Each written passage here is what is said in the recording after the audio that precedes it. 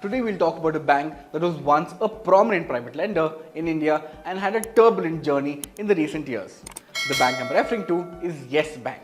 Amid the fourth quarter earnings for all companies, Yes Bank's earnings have stood out, posting positive results, thereby leading the share price rallying almost 9% on the back of this. So let's talk about the journey of Yes Bank. Yes Bank, established back in 2003, had an impressive rise. It even entered the prestigious Sensex Index in 2017. It had everything: a loyal customer base, happy investors, and the backing of big corporations.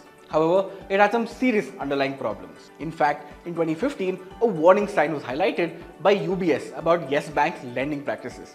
They pointed out that loans were being given to companies like Dewan Housing Finance Corporation, Infrastructure Leasing and Financial Services that had a shaky financial future.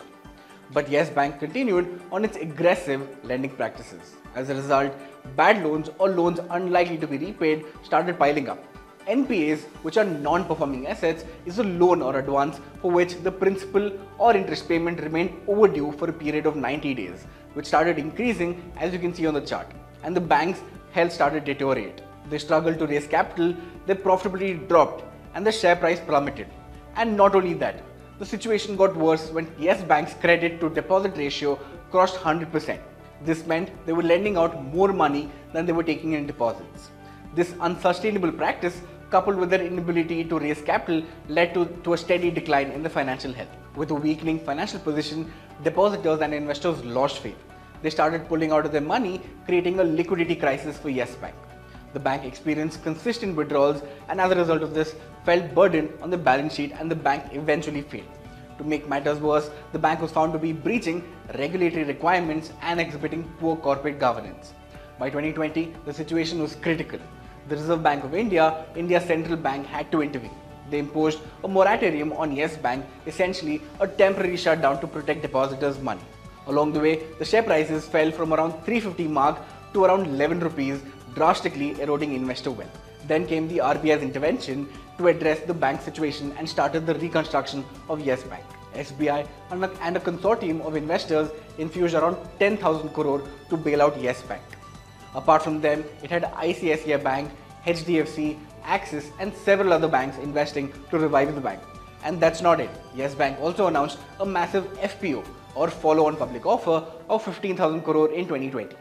While the initial response was not very positive, institutional investors stepped in, preventing the FPO's failure. Now looking at the recent Q4 financials of Yes Bank, the net profit surged 123% to 452 crores as compared to the same period last year. However, the impressive rise is attributed to income tax refunds aggregating to the tune of 247 crore received during the year. Sequentially, the profit was up 95.2%. When looked at the banking sector, there are few banking metrics that need attention. Net interest income, which is the difference between the interest income a bank earns from its lending activities and the interest it pays to depositors, grew 2.3% to 2,153 crores as compared to last year and 6.83% from the previous quarter. On the asset quality front, the gross NPAs improved to 1.7% from 2% in the previous quarter. Similarly, the net NPA also declined to 0.6% from 0.9% in the previous quarter, showing asset quality improvement. Another highlight was a significant increase in return ratios. Return on assets expanded 0.5% despite the one-off gains from tax refunds and ARCCA. Now looking at the share price performance.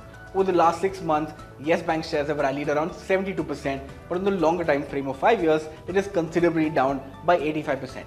With the recent Q4 results, there is hope for Yes Bank.